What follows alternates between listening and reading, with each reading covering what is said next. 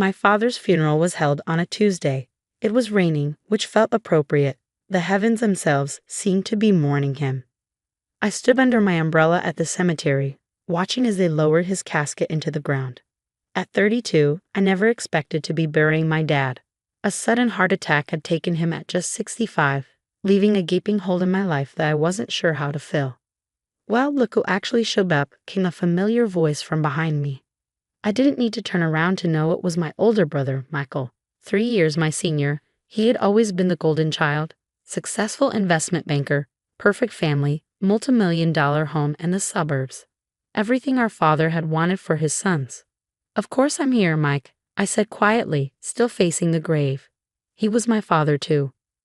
Michael moved to stand beside me, his custom Italian shoes sinking slightly into the wet grass. Unlike me in my modest suit from a department store, he wore an impeccably tailored black suit that probably cost more than my monthly rent. Is that what you told yourself while you were ignoring his calls for the past 6 months? He asked, his voice dripping with disdain. While you were too busy with your music to visit him even once after his first heart scare? The accusation stung because there was truth to it. I had been distant lately, focusing on my struggling music career, trying to make ends meet with gigs and part-time work at a record store. But what Michael didn't know, what I hadn't told anyone, was that Dad and I had reconnected in the weeks before his death.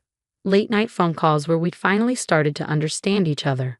Plans for him to come see me perform next month. Plans that would never happen now. You don't know everything about my relationship with Dad, I said. Michael scoffed. I know enough. I know that while you were chasing pipe dreams in Nashville, I was the one taking care of him. I was the one handling his finances, driving him to doctor's appointments, making sure he was eating right. People were starting to leave the graveside now, heading to their cars for the reception at Michael's house. I should have walked away, but something kept me rooted to the spot. Thank you for doing that, I said sincerely. I know it couldn't have been easy with your schedule. My attempt at reconciliation only seemed to fuel his anger. Don't thank me. I didn't do it for you, he snapped. I did it because that's what successful sons do. They take care of their parents. They don't abandon them to play guitar in dive bars. The rain was coming down harder now, drumming against my umbrella. I didn't abandon him, Mike. Save it, Jason, he interrupted, stepping closer. You want to know what Dad really thought of you? He was disappointed, embarrassed that his son was a 30-something failure still clinging to teenage dreams. Each word felt like a physical blow. Had Dad really said those things? After our recent conversations, it seemed impossible, but doubt crept in nonetheless. The reading of the will is tomorrow, Michael continued, straightening his already perfect tie. But I'll save you the trip. Everything's coming to me, the house, the business, all of it. Dad knew who deserved it. He looked me up and down, his lip curling slightly. Try not to waste your life any more than you already have, little brother. Maybe it's time to grow up and get a real job. With that, he turned and strode away, leaving me alone by our father's grave, rain mingling with the tears on my face. That night, I sat in my small apartment surrounded by memories, photos of Dad teaching me to play his old guitar when I was 9, the baseball mitt he'd given me for my 12th birthday, even though I was terrible at sports, the handwritten letter he'd sent when I got my first paid gig, telling me how proud he was that I was following my passion. Had that all been lies? Had he really been embarrassed by me? My phone rang, startling me out of my thoughts. An unknown number. Hello? Is this Jason Bennett? A formal voice asked. Yes, speaking. This is Howard Lieberman, your father's attorney. I apologize for calling so late, but it's important that we speak before tomorrow's meeting. My stomach tightened. Was there more bad news coming? What's this about? There was a pause on the other end of the line. Mr. Bennett, your father made some significant changes to his will in the weeks before his passing. Changes that he asked me to discuss with you privately before the official reading. I listened in growing disbelief as Howard explained the situation. By the time we finished the call an hour later, I felt like I was seeing my father and my brother in an entirely new light. The next morning, I arrived at Howard Lieberman's office 20 minutes early. The receptionist showed me to a conference room where Michael was already waiting, his wife Caroline beside him. They barely acknowledged my entrance. Nice of you to show up on time for once, Michael muttered, checking his Rolex. Though I'm not sure why you bothered. I took a seat across from them without responding. Caroline gave me a tight-lipped smile that didn't reach her eyes. "How are you holding up, Jason?" she asked, though her tone suggested she didn't particularly care about the answer. "I'm managing," I replied simply. Before the conversation could continue, the door opened and Howard entered, carrying a leather portfolio. He was older than I'd expected from our phone conversation, probably in his 70s, with silver hair and kind eyes behind wire-rimmed glasses. "Good morning," he said, taking his seat at the head of the table. "Thank you all for coming. I know this is a difficult time." He opened his portfolio and pulled out several documents. "Before we begin, I want to express my condolences. Robert Bennett was not only my client but my friend for over 40 years. His loss is deeply felt." Michael nodded impatiently. "Thank you, Howard. We appreciate that. Shall we proceed? Caroline and I have a lunch meeting at 1. Howard adjusted his glasses, looking briefly in my direction. "Of course. Now, as you know, Robert revised his will several times over the years. The most recent revision was completed 3 weeks before his passing." Michael smiled confidently at Caroline, reaching over to squeeze her hand. As to the distribution of assets, Howard continued, "Robert was very specific in his instructions." He pulled out a document and began to read. "To my son Michael, I leave my collection of vintage watches, my golf clubs, and the sum of $50,000. The smile froze on Michael's face. "I'm sorry, what?" Howard continued as if he hadn't heard the interruption. "To my daughter-in-law Caroline, I leave my late wife's pearl necklace, which she always admired, and the family photo albums." Caroline's perfectly manicured nails dug into the leather chair arms. "There must be some mistake. The family home at 1452 Oakwood Drive, along with all its contents not otherwise specified, I leave to the Bennett Foundation for Arts Education to be established with the proceeds from its sale." Michael stood up so quickly his chair nearly toppled backward. "This is absurd. What about the business? Dad promised me Bennett Construction would be mine." Howard remained calm, looking up at Michael over his glasses. "I'm getting to that, Michael. Please have a seat." Michael remained standing, his face flushing red. "Bennett Construction Company, including all assets, contracts, and property, I leave to my younger son, Jason, who has shown me in recent years the true meaning of integrity, courage, and perseverance." The room went silent. I could feel Michael's eyes boring into me, but I kept my attention on Howard. "Additionally, I leave to Jason the sum of $2 million from my personal accounts, with the hope that he will use a portion to further his musical aspirations, which I have come to admire greatly." Michael slammed his hand on the table. "This is outrageous. Jason knows nothing about construction. Dad would never do this. The will has obviously been tampered with." Howard calmly reached into his portfolio and pulled out another document. "I anticipated this reaction, Michael. Your father did as well. That's why he recorded this video statement when he signed the new will. With your permission, I'd like to play it."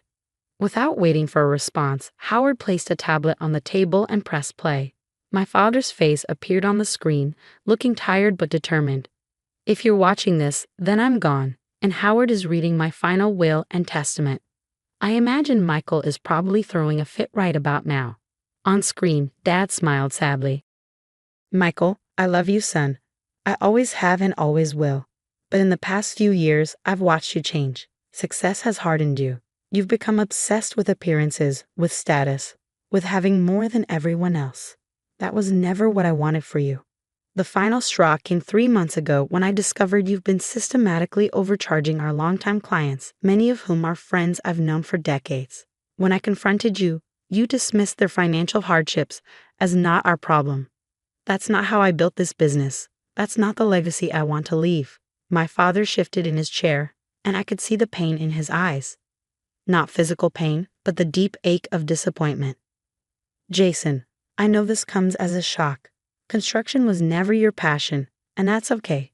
I'm not expecting you to run the business yourself. The executive team knows my wishes. They'll handle the day-to-day operations if you choose to remain as owner, or they'll help you sell if that's your preference. Either way, the decision is yours." He leaned closer to the camera. "What you don't know, Jason, is that I've been following your music career more closely than you realize.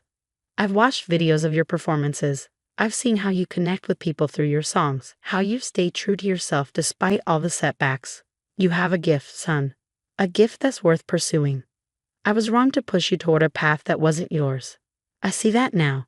Forgive an old man for taking too long to understand. Tears welled in my eyes as I watched my father deliver his final message to us. Money and success mean nothing if you lose yourself in the process. Michael, I hope someday you'll remember that. Jason already understands it, which is why I know he'll be a better steward of my legacy than I could have imagined. The video ended, and silence filled the conference room. Caroline was the first to speak, her voice tight with anger. We'll contest this. Howard nodded as if he expected this reaction. You have every right to try. However, I should inform you that Robert was examined by 2 independent medical professionals on the day he signed this will. They both certify he was of sound mind and under no duress. Additionally, there are signed affidavits from 3 witnesses with no connection to either Jason or the Bennett Foundation. He gathered his papers calmly. Having known Robert for 4 decades, I can also personally attest that this decision was not made hastily or in anger. He spent weeks contemplating it. Michael's face had turned from red to an alarming shade of purple. You, he hissed, pointing at me. You manipulated him when he was vulnerable, played on his emotions, made him think you actually cared. I shook my head. No, Mike, I just finally stopped trying to be someone I'm not. And for the first time, Dad and I could actually talk to each other. This isn't over, Michael snapped, gathering his things. Come on, Caroline. We're leaving. They stormed out, leaving me alone with Howard. That went about as expected, the lawyer said with a sigh. Will they be able to successfully contest the will? I asked. Howard shook his head. Your father was very thorough. It would be extremely difficult to overturn his wishes, but Michael may try nonetheless. I nodded, still processing everything that had happened. I don't know the first thing about running a construction company, I admitted. Howard smiled. Your father didn't expect you to. As he said, the executive team is prepared for this transition. Tom Ramirez, the current operations manager, is ready to step up as CEO if you decide to maintain ownership. He handed me a business card. This is my personal number. Call me anytime you have questions. And Jason, he paused, looking at me with genuine warmth. Your father was truly proud of you. Not just in these last few weeks, but always. He just didn't always know how to show it. The weeks that followed were a whirlwind. As Howard had predicted, Michael filed to contest the will, but his case fell apart quickly when evidence of his unethical business practices came to light during discovery. Bennett construction employees, many of whom had known me since I was a child, welcomed me with surprising warmth. As it turned out, Michael hadn't been popular among the staff. Your brother treated us like we were disposable, Tom Ramirez told me over coffee during our first meeting. Your dad built this company on relationships, with clients, with employees, with the community. Michael was dismantling all of that. I decided not to sell the business after all.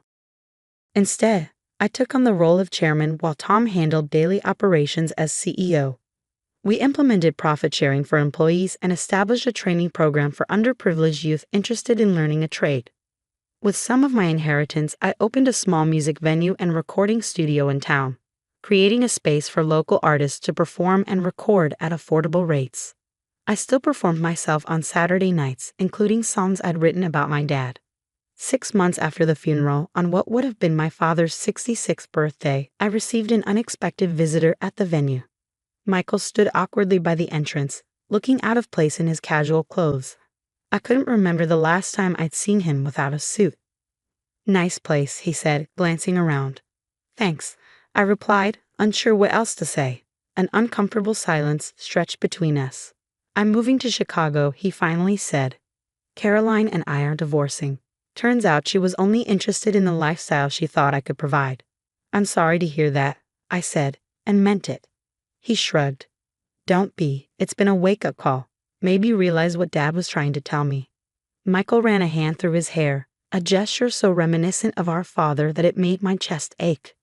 I was awful to you, Jason, at the funeral, at the will reading, for years before that. I was so caught up in being successful that I forgot what actually matters. I could see how difficult this was for him, how much it cost his pride to stand here and admit these things. Dad would have forgiven you, I said simply. So can I. Michael nodded, blinking rapidly.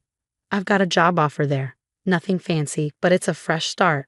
I thought you should know where to find me, in case you ever want to talk. I gestured to the empty stage. We're having an open mic night tonight. You could stay, if you want. For a moment, I thought he would refuse. Then, to my surprise, he nodded. I'd like that. That night, from the stage, I spotted Michael in the back of the room, actually listening as I performed a new song I'd written called Legacy, about how the most important things we inherit aren't things at all, but lessons, values, and love. It wasn't forgiveness, not completely. It wasn't a Hollywood reconciliation with all hurts magically healed. But it was a beginning. Sometimes the greatest revenge isn't about getting even or proving someone wrong. Sometimes it's simply living well, staying true to yourself, and becoming the person you were always meant to be, even if others couldn't see it. Dad had given me more than a business or money. He'd given me the courage to be myself unapologetically. And in the end, that was the richest inheritance of all.